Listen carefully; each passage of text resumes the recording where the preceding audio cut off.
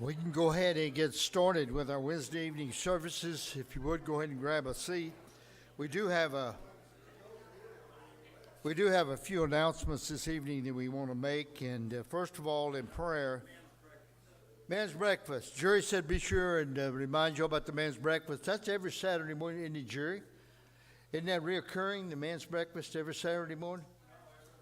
Every Thursday morning. I apologize. Every Thursday morning. So. All right, very good.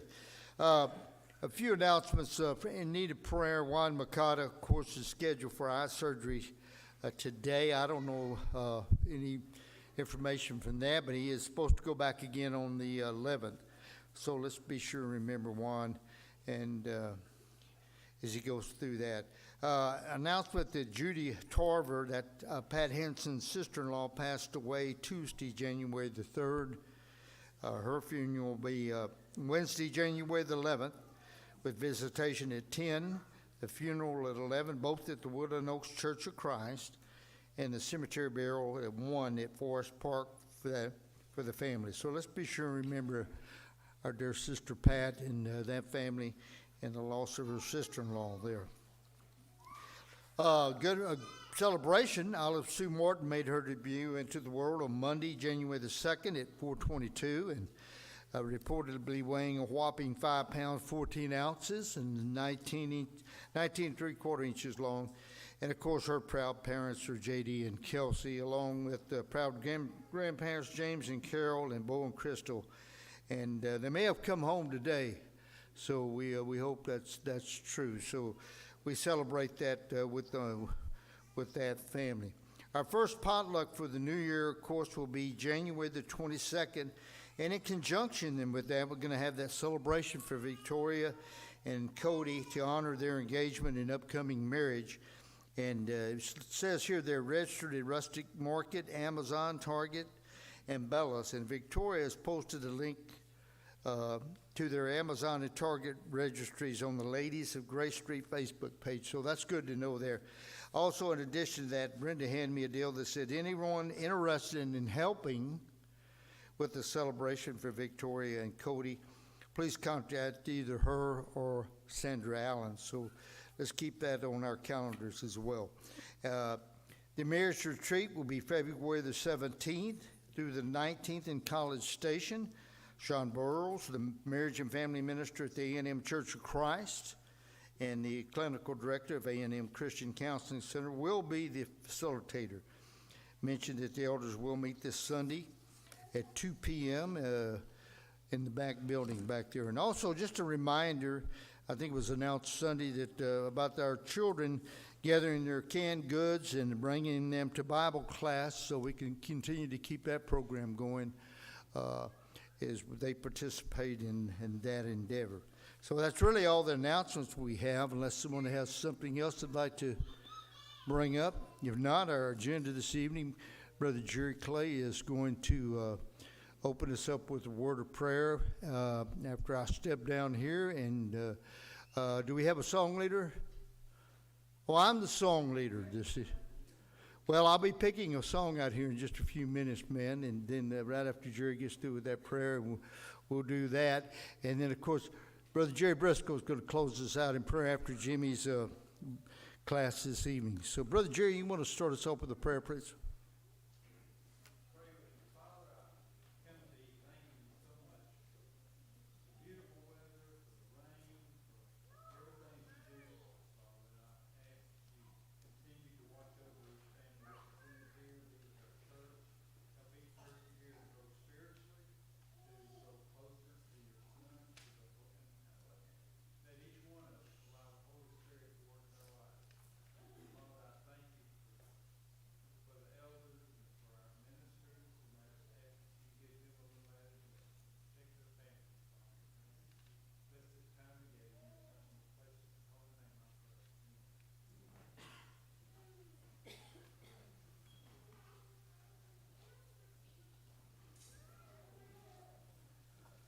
All right, go ahead and mark, if you would, our invitation song after later this evening. Let's go ahead and sing number 31 for our invitation song. And let's turn over to number 53. Grab your songbooks and turn over to number 53 at Calvary. Let's sing that this evening. We'll sing 1, 3, and 4 on our verses there of number 53. And again, we'll be singing for our invitation song, we'll be singing number 31. Number 53 at Calvary. Years I spent in vanity and pride, caring not my Lord was crucified. No.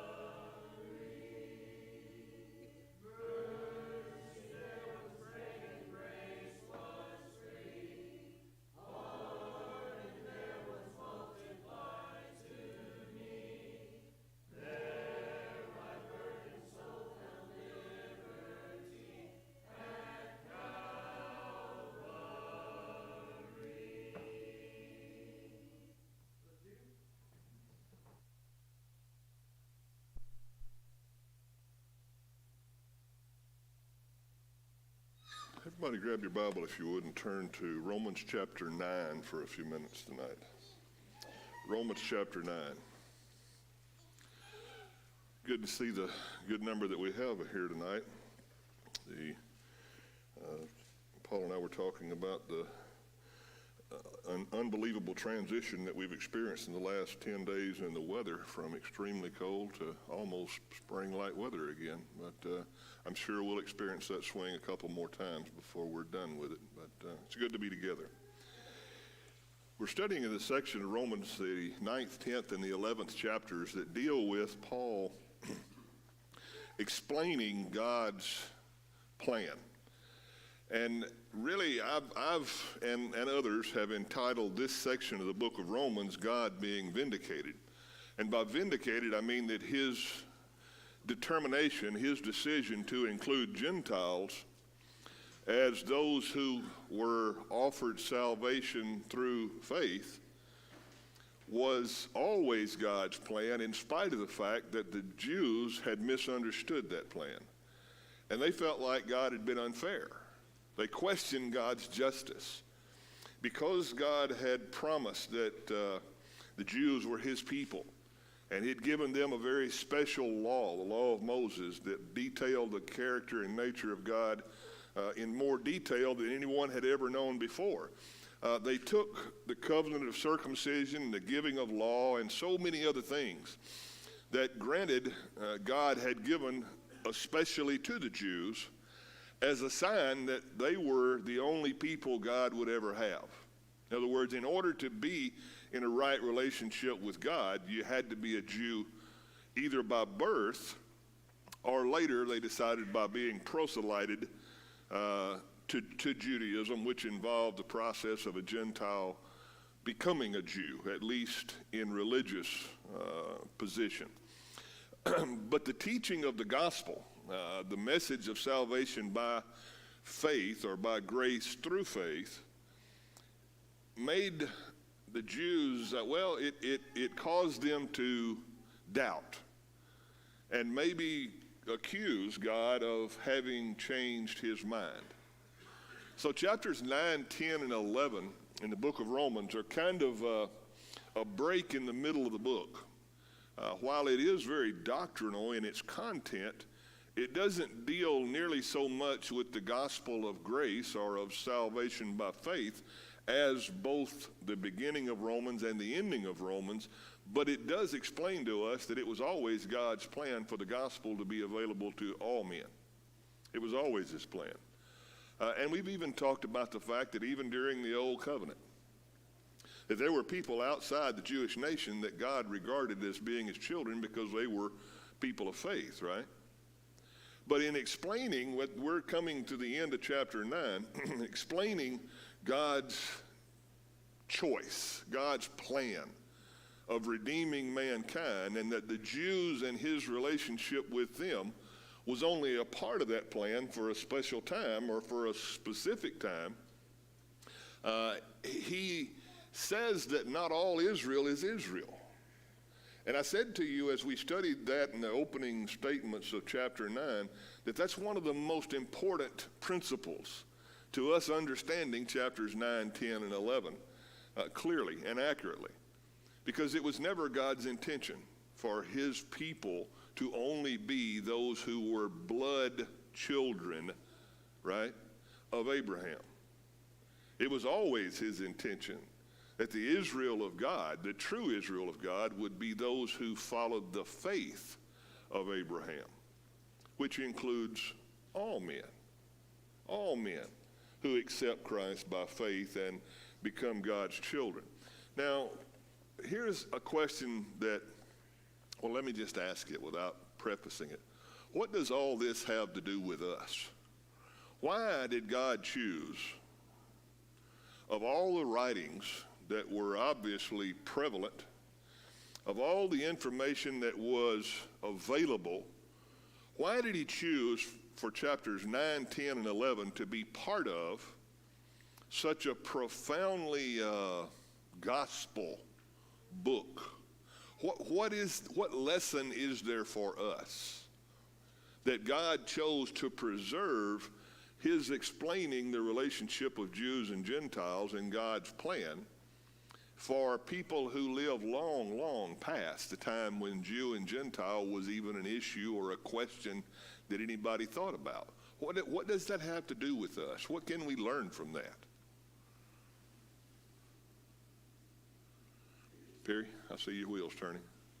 I think he read it right from the beginning. He's like to point out, man, it's made for all men. And we can take from that. God's plan isn't foiled or limited by human understanding or human misunderstanding, right? And the truth is, while that might cause us to at times wring our hands and say, I wish that it made human sense, that it was something that we could humanly discern, the truth is that's the last thing we want. Because human discernment is not only limited, it's so flawed by sin that it always comes to the wrong conclusion. So I say all that to say what I think you're trying to communicate. There's great comfort to be had in knowing that God not only has always had a plan, but that he's worked deliberately throughout human history, at every stage of human history, to bring that plan to reality, to make it happen, to bring it about just as he intended for it to be. And again, really chapters 9, 10, and 11 are kind of a pause, if you would, in the grand story to say, in essence, because the Jews misunderstood, in no way changes, alters, or hinders the fact that God's plan is now occurring and has always been occurring and ultimately will always be. And our understanding or lack of understanding doesn't affect that except for us appropriating or taking advantage of it. Doesn't change God at all. And it kind of goes back to some of the reasoning that Paul used when he asked, who do you think you are, to question God, it really, I think, kind of reminds us that God's God and we're not. And while some people might feel belittled by that, I hope we're honored by that. I hope it makes us take great comfort and consolation in the fact that we serve a God who has all matters well in hand, and all of his plans, in spite of human opposition or support, are always brought to be. They're always going to happen. It's always going to occur. And that was true with Jews and Gentiles, and it's true in our time. It's true in our generation as well. What else? Jeff? I think, it's kind of a way of reiterating the fact that it's not about what you do or who you are. Yes. It's about faith. Yes. He just reiterated that it doesn't matter the time, whether it's before Abraham, the time of Abraham, or the Israelites. That's right.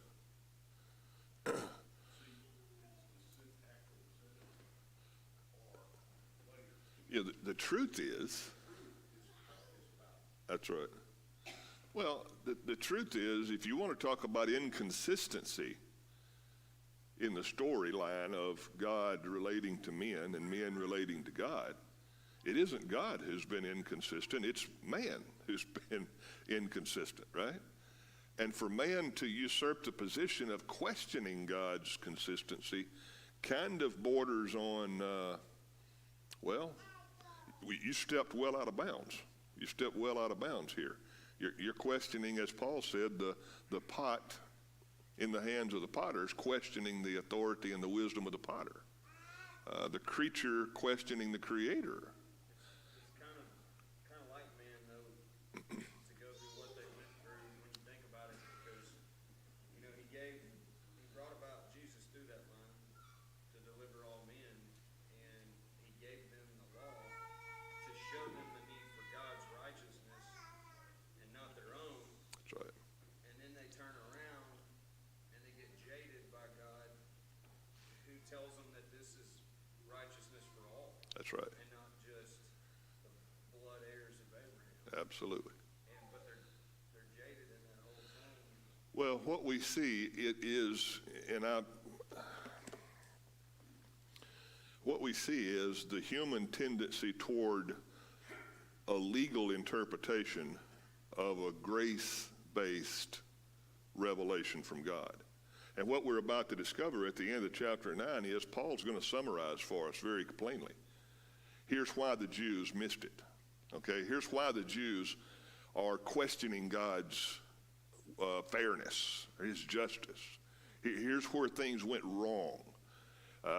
For those of you who accuse God of being the one who changed his mind midstream, let me explain to you that it wasn't God who changed his mind.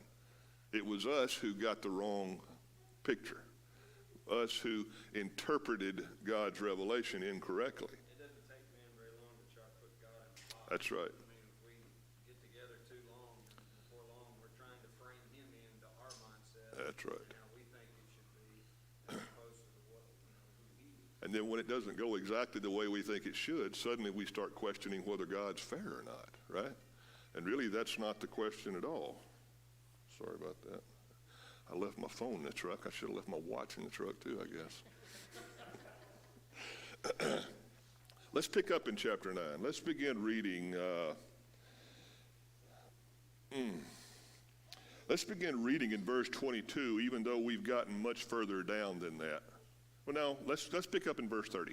Let's pick up in verse 30, because if I start in 22, we're going to bog down there again. In verse 30 of chapter 9, Paul said, "What then shall we say?" Which is a statement or a question of summary. We've made the case. We've had this discussion about God and his relationship to the Jews and his plans for the Gentiles. Excuse me. What shall we say then? He says that the Gentiles who did not pursue righteousness have obtained it, a righteousness that is by faith. But the people of Israel, who pursued the law as the way of righteousness, have not attained their goal. Why not? Because they pursued it not by faith, but as if it were by works. They stumbled over the stumbling stone, just as it's written in Isaiah 28, I lay in Zion a stone that causes people to stumble, and a rock that makes them fall. And the one who believes or faiths in him will never be put to shame. You know that it magnifies the confidence we can have in God when even before Christ materialized on earth, the Jews were a chosen people.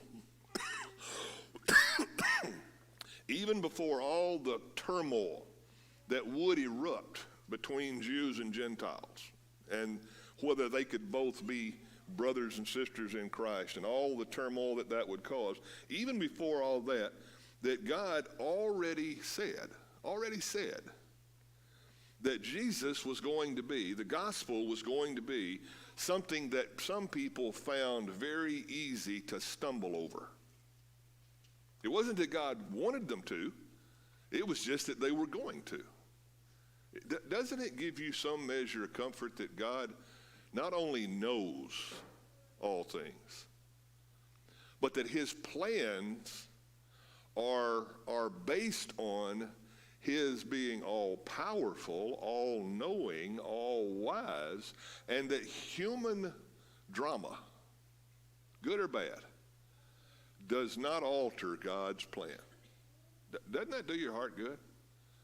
It does mine. I'm going to tell you, if it doesn't, you need to go. I'm not recommending this, but if I'm just making a point. If that doesn't make you feel good, then you need to flip over and listen to some of the politics that are going on in our country right now.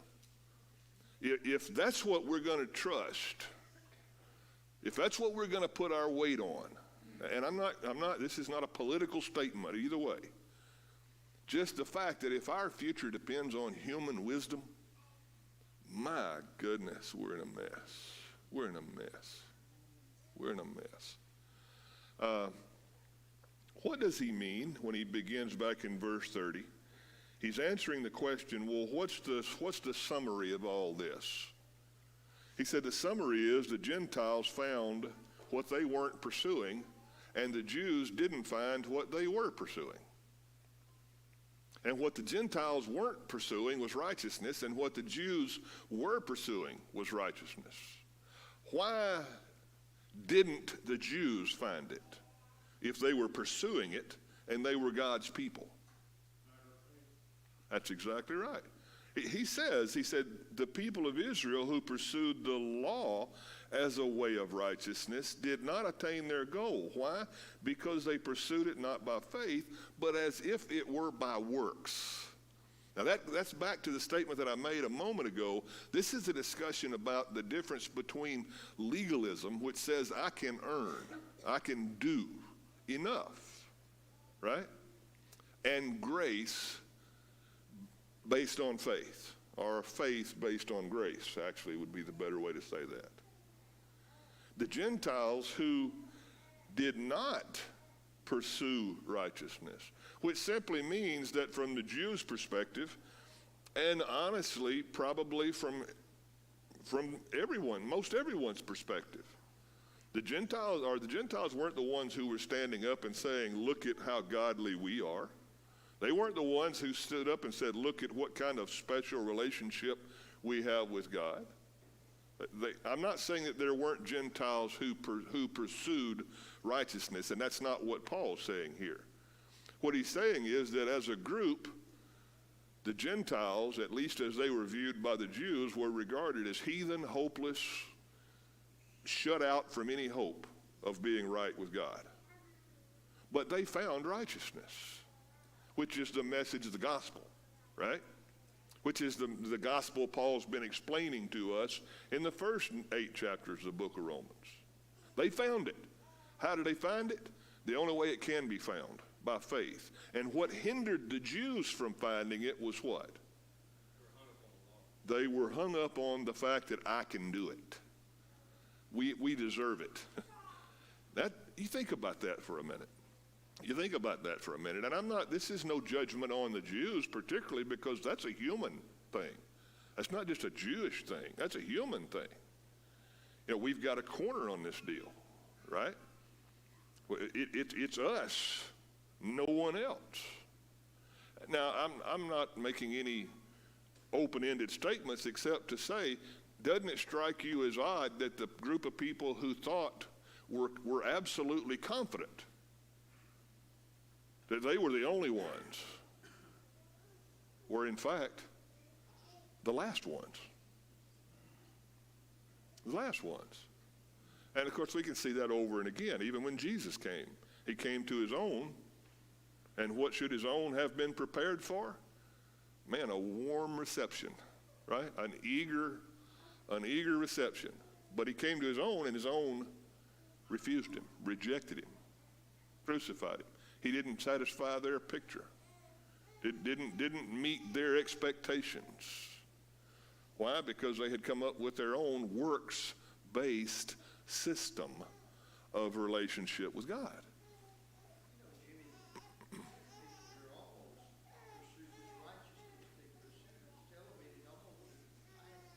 Yeah. Hey, do you realize who we are? And we're going to argue in the court what Sanhedrin or whoever, what position I'm in. Look who I am. You're like me.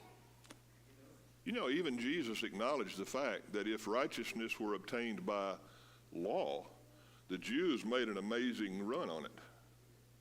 They've tithed out of the garden herbs that they grew at home. I mean, it wasn't just tithing of some major source of income. They tithe down to the nth degree. You talk about breaking it down and trying to really make it fit and make it work. Legally speaking, they made a pretty good run at it. The problem is, Jesus said, you overlooked the most obvious and important thing. You missed the whole point. You got so busy with the rules, you got so busy with the law, that you missed what the law was revealing to you. And what the law was revealing to them was, you can't do it. Problem was, they had convinced themselves they were the only ones who could. They were the only ones who could. That's why, some of the sharpest words Jesus ever spoke were to that self-righteous crowd that he faced on a number of occasions, right? In fact, they were in front of him all the time, it seems. Any comment, any thought about that? Would it also be similar to the fact that by this time the Jewish law had been so added to, they kind of had their own rules. Yes. They went past God's rules. We're going to make our own rules. Yes. To interpret what God's rules were. Yes. And they had a lot of faith, or a lot of dependence, a lot of confidence, whatever word you want to use, in the rules that they had made. That's right. I mean, all this stuff had happened, synagogues and everything between Old Testament and New Testament. It had a whole new layer of religion. And they had their own map of what it took. Wouldn't it be similar to having people out in a wilderness area at night, and one group has a map, and there's a shining beacon out in the distance. And the people that don't have the map say, well, there's something over there, let's go that way. And the people with the map say, it's not on our map, we're not going to do that. That's right. I mean, it's supposed to be over here. That's right. Here, what you see, it's over here, because we made this map that says, Too busy looking down rather than looking up. now we see what was ahead. Yep, you're absolutely right. You're absolutely right. I've forgotten the number, Johnny, but I knew at one time what at least historians say about the number of laws that the rabbis had added in explanation of, but it's an unbelievable number. It's an unbelievable number. For example, Where they could curve it, whichever way they wanted. yes, well, they certainly picked the ones that favored their interest. Well, I'll say that, yes. For example, and I've said this to you before, you remember Jesus healed a man who was blind by spitting on the ground and making mud? It was the Sabbath day he did that. Do you know why he did that? I mean, the human reason why he did that. because the rabbis said, they took the law that said, keep the seventh day holy and no work and so forth, and they broke that down to how many steps you could take, how many pounds you could carry. I mean, they broke it down, and one of the, I can't call it stupid because I don't want to insult anyone's zeal, but it's unimaginable. One of their laws actually said that it's legal, it's okay to spit on a rock on the Sabbath day, but it's not okay to spit on the ground, in the dirt on the Sabbath day, because spitting in the dirt makes mud, and making mud is work. Jesus spit in the dirt and rubbed it on a guy's eye on the Sabbath day, you see. That adds a little bit more significance to the challenge that he offered there, didn't he? The hypocrisy that he pointed to, I guess you might say. But it's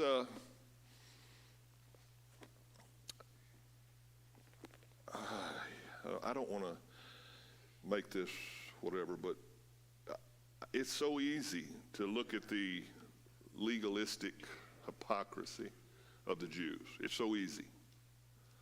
But the truth is, you do realize that most religions, even most Christian religions, are far more based on human merit and effort and work than grace, right? I'm not saying all of them. I'm just saying that by far the majority are. Some of the most widely accepted Christian religions teach things like, if you want to be forgiven for this sin, then you have to work it off by doing this many whatever, right? Now, I'm going to leave it right there and not say any more, but again, that's that same principle of you can do enough, right? You can do enough. You can work hard enough. You can achieve it. That caused this self-righteous attitude. Because we always pick out, as you say, Jim, we always pick out, if we're going to pursue legalism, we always pick out a few things that we feel like aren't really a struggle to us to really bore down on and put our weight on, and totally overlook the multitude of other things that are included in holy living or righteousness and godliness. Okay, I don't want to get too sidetracked. Anything else? Anything else? David? Yes. Yes. Yes. Yes. Well, again, let's go back, let me say it again. Let me, since you said that, because that's absolutely true. It is absolutely, our relationship with God, our salvation is absolutely a matter of faith. We're saved by faith, yes? Can we all agree on that? Everybody agree on that? Then when we argue with someone who defines faith as only believing intellectually a set of facts to be true, when we're going to argue with them about whether that produces salvation or not, let's not make the mistake of saying that we're not saved by faith, because that denies what Scripture says. Let's back up and let Scripture define what faith is. And if we do that, that solves the question. That solves the whole issue. You remember my favorite, just because it's so easy, is Hebrews chapter 11, verse 30, by faith the walls of Jericho fell. That's a simple, plain, clear statement that you can't misunderstand. The walls of Jericho fell by faith, God says. And if we didn't know any more about it than that, then some folks might conclude one thing and some folks might conclude another thing, right? But fortunately, we can go back to Joshua chapter 6 and we can see exactly what God says faith is. Because he says what faith is that produced the falling of Jericho's walls was that God spoke to Israel, to Joshua and the children of Israel, and told them exactly what to do. He said, we're going to conquer this city. We're going to conquer this city. I know you're intimidated by it, but it's yours. And they didn't know how, they didn't see how, but God said it's going to happen. And then he explained to them how it was going to happen. He said it's going to happen by you marching around the walls of this city, and at the last time that you march around it on the last day, the priests are going to blow the trumpets and the people are going to shout at the top of their lungs. Now that's a plan. That's a plan. It's not a plan that Joshua would have come up with or anybody else would have come up with. It had to come from God because nobody ever conquered a city by marching around it and shouting. That had to come from God. So Israel now has to decide, are we going to do the unreasonable? Are we going to do that? Or are we going to risk being laughed at for a week by the people who are standing on top of the wall watching us march around the city? What do they think that's going to do, right? So they had to decide. They took what God said and they had to weigh it out in their mind, in their heart, and decide whether God had proven himself faithful before enough that they were going to consider him to be faithful this time. And fortunately, they made the right choice. They made the right choice. They said, God's never let us down before. Never let us down before. So we're going to do what God said do. They heard God, they trusted God, and they followed God. They obeyed God. Plug it in with the Jews and the Gentiles that it's talking about right here. The Jews were like, okay, I'm gonna do all these things, I'm not gonna do all these things, and I'm gonna use those to attain righteousness and get to righteousness. And these Gentiles were just grabbing a hold of faith and grace that was causing a transition in their life to That's right. get to righteousness. That's right. So, a faith that changes us and makes us willing to listen to God is the faith that is speaking of when it talks about that. And Well, what? we spend a lot of time arguing and bickering about faith and what it is and what it isn't. I'm not talking about it here. I'm Yes. talking about Yes, everything. generally, yes. And the reality of it is that when the Bible speaks of faith, it's talking about a faith that changes you. That's right. A faith that makes you a new creature. That's right. It's going to produce a following of God or Christ, and if you don't, it's not real. That's right. But in essence, it is the righteousness, the faith that allowed the Gentiles to attain that righteousness. That's right. They became righteous through their faith. That's right. Whereas the Jews were trying to attain it through their doings and don'ts and all the things that even the law of Moses, trying to do that. They Yes. weren't able to do it. That's right. So they weren't able to be righteous. And that's something that I think there's always been a lot of bickering about, Absolutely. Absolutely. It's like you say, if you approach it from that perspective and understand what people mean or what the Bible means when it's talking about faith. When you think about what it was the Jews pursued that kept it from being faith, okay?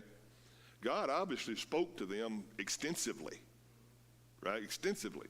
Prophets, law, extensively.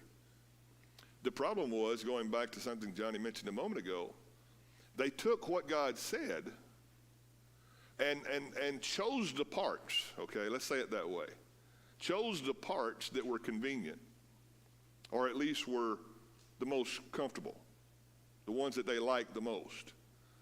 And then they embellished even on those a little bit more to make it more palatable or more suitable, so much so that it finally ended up being something that God didn't say at all.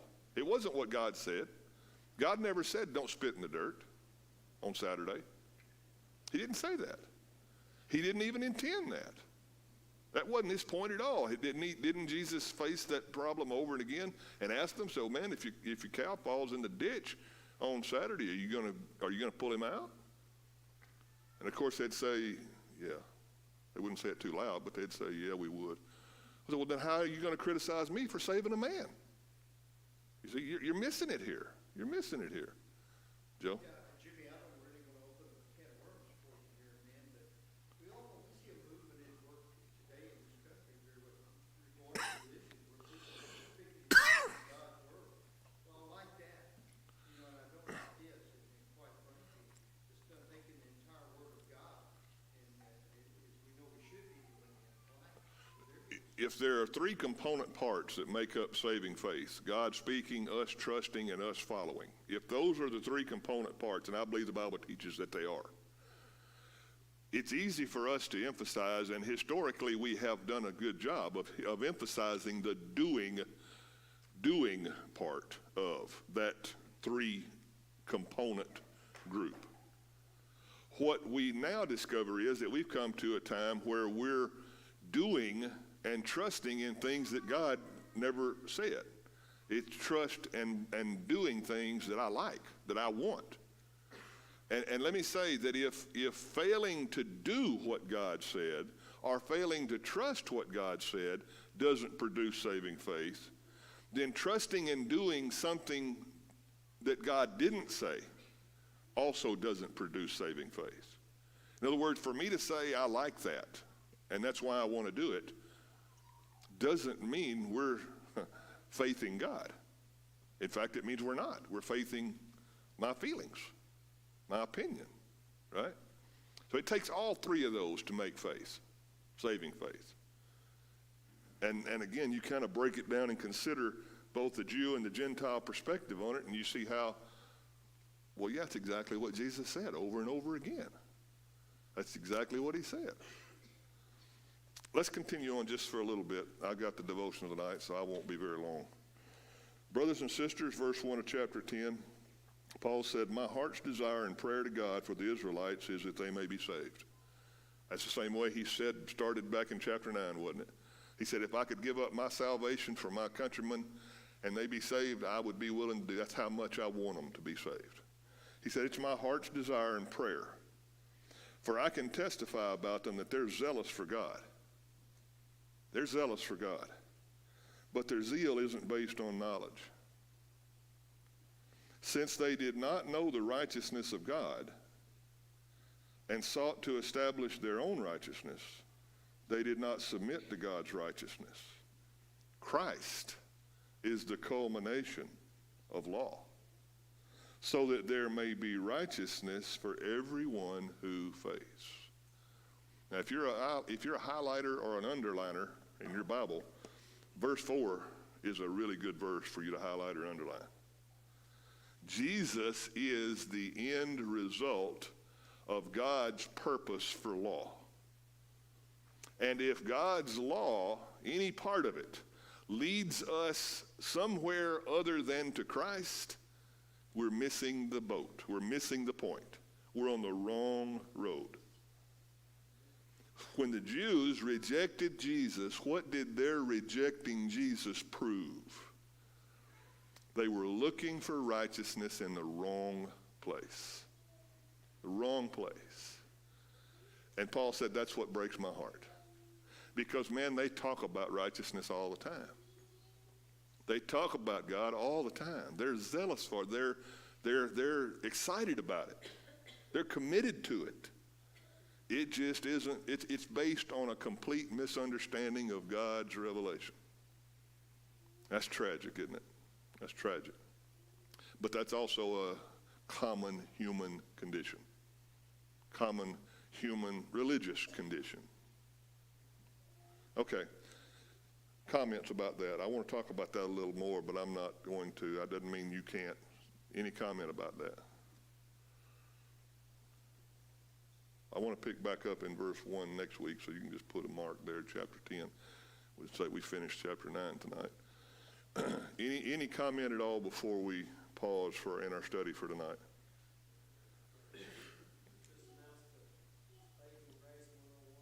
Absolutely right. Absolutely right.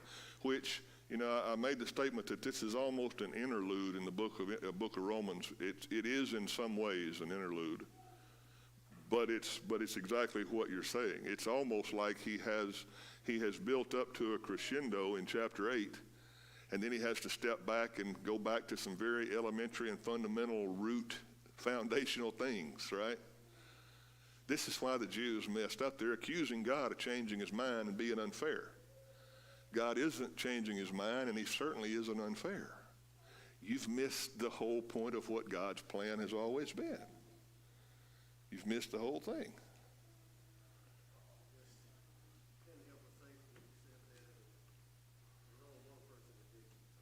That's right. That's right.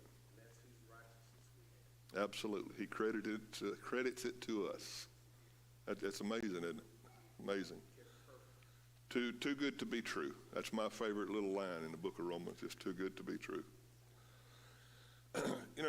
I hope, and I know it's hard. I don't know how to say it very well. I know that there are times even when I would like for us to study through something like this a lot quicker to get a big picture. But there's so much wealth, so much motivation. It's like rain and fertilize on a starving plant, you know. It's so much nourishment to know that number one, God loves us so much that we can't even explain. We can't even understand. Why? How? That much. How could that be? How could he give me what is in fact the last thing I deserve? Righteousness. Because I've lived anything but righteousness, right? Anything but that. And yet he eagerly credits that, exchanges our guilt for his righteousness. He eagerly does that. And then I can't help, and I'm not talking about somebody else. I'm talking about me. I'm talking about those of us who have some small grasp on the beautiful grace and mercy and forgiveness of God and the love of God. How easy it is to get tangled up and distracted and busy and lose focus and lose our momentum, I guess you might say, spiritually speaking, by the distraction and the things that go on around us, and then to realize that's exactly what Satan's strategy is. He knows he's not going to succeed at making anybody in this auditorium stand up or wake up one morning and say, I reject Jesus Christ. He knows he's not going to succeed at that. That's not going to happen. But it's very easy for him to apply just a little more opportunity, a little more temptation, a little more pressure, a little more stress, a little more whatever it is, to cause us to quit looking up quite as much and start looking a little more down all the time, right? That's easy, because that's what we tend to do anyway. I hope that the picture we get, the explanation of God and God's mercy and grace and his relationship, his desire for a relationship, his commitment to a relationship inspires all of us to constantly pursue. And when we catch ourselves averting our eyes for whatever reason, go right back and refocus again. Go right back and refocus again. God had this plan in mind before he ever created the world. He wanted to be in fellowship with us. That's worth us pursuing, not earning, not working for, but honoring God by living a life that honors him. If you're here tonight and you're not in a right relationship with God, I'm going to say, and I don't mean any judgment by this at all, that I'm going to suspect that the problem is you're so busy, you're so distracted, that you really haven't given time for the gospel to soak in yet. And you need to take the time for that to happen, because that's the most important message you're ever going to hear, ever. That's the best news that's ever going to be told. And it's the greatest opportunity you're ever going to be given. I'm never going to be given. And for those of us that are, which is probably everyone here, the the diligence to remain focused and to grow and to look more like him all the time. What a privilege, not an obligation. What a privilege. What an honor. If we can help you in any way tonight, please give us the opportunity to do that while we stand and